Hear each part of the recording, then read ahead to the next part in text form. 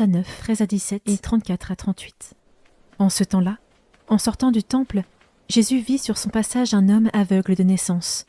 Il cracha à terre, et avec la salive il fit de la boue. Puis il appliqua la boue sur les yeux de l'aveugle et lui dit « Va te laver à la piscine de Siloé ». Ce nom se traduit « envoyé ». L'aveugle y alla donc et se lava. Quand il revint, il voyait. N'est-ce pas celui qui se tenait là pour mendier ? Ses voisins, et ceux qui l'avaient observé auparavant, car il était mendiant, dirent alors, les autres disaient « Pas du tout, c'est quelqu'un qui lui ressemble ». Mais lui disait « C'est bien moi ».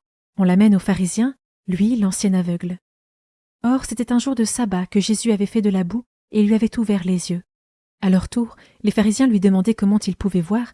Il leur répondit « Il m'a mis de la boue sur les yeux, je me suis lavé et je vois ».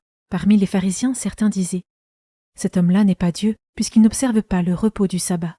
D'autres disaient « Comment un homme pécheur peut-il accomplir des signes pareils ?» Ainsi donc, ils étaient divisés. Alors il s'adresse de nouveau à l'aveugle. « Et toi, que dis-tu de lui, puisqu'il t'a ouvert les yeux ?» Il dit « C'est un prophète ».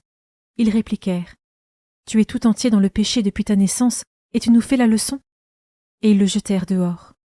Jésus apprit qu'il l'avait jeté dehors. Il le retrouva et lui dit « Crois-tu au Fils de l'homme ?» Il répondit « Et qui est-il, Seigneur, pour que je croie en lui ?»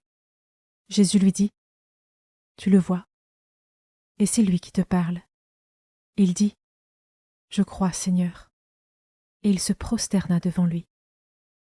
Je commence par méditer ce verset. Il cracha à terre, et avec la salive il fit de la boue. Puis il appliqua la boue sur les yeux de l'aveugle et lui dit « Va te laver à la piscine de Siloé ». Ce nom se traduit « envoyé ». L'aveugle y alla donc et il se lava. Quand il revint, il voyait. Je peux prendre 1 minute pour m'immerger dans cette scène. Jésus qui voit l'aveugle et s'arrête par compassion. Sa manière de tester la foi de cet homme et la réponse de l'aveugle qui lui obéit et se laisse faire avec une totale confiance. Je peux maintenant m'arrêter sur cet autre verset. Cet homme-là n'est pas de Dieu puisqu'il n'observe pas le repos du sabbat. Alors qu'un aveugle de naissance retrouve la vue grâce à Jésus, les pharisiens et d'autres personnes de l'assemblée se confinent un peu plus dans leur aveuglement spirituel, malgré les signes évidents.